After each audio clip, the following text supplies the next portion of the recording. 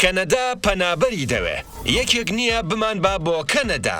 کەنەدا یەکێکە لە وڵاتانەی زۆرینەی کەسانی وڵاتی جیهانی سێم و وڵاتە دواکەوتوەکان خوازیارن پێی بگەن. دووەم وڵاتە لە دوای ڕووسیاوە لە ڕووبەری زەویەکەیدا، بەڵام بەراورد بە زەویە زۆرەکەی خەڵکێکی کەمی لێدەژی.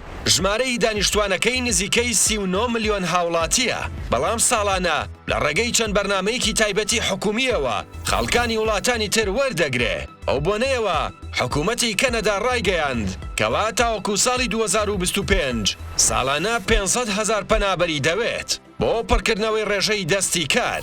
هەروەها یەکێکی تر لە کێشەکان بریتیە لە پیری دانیشتوانەکەی و کەمی وەچەخستنەوە لەسەر و هەمویانەوە چەندین ناوچە و شاری هەیە خەڵکێکی کەمی لێدەژی. هەر بۆیە حکوومەت دەیەوێت لە ڕێگەی چەند بەرنامەیەکەوە هاوڵاتیانی وڵاتانی تر وەربگرێ بۆ ئاوەدانکردنەوە و کەمکردنەوەی ڕێژەی ئەو کارانەی کە هاوڵاتیانی کەنەدی ئەنجامی نادەن.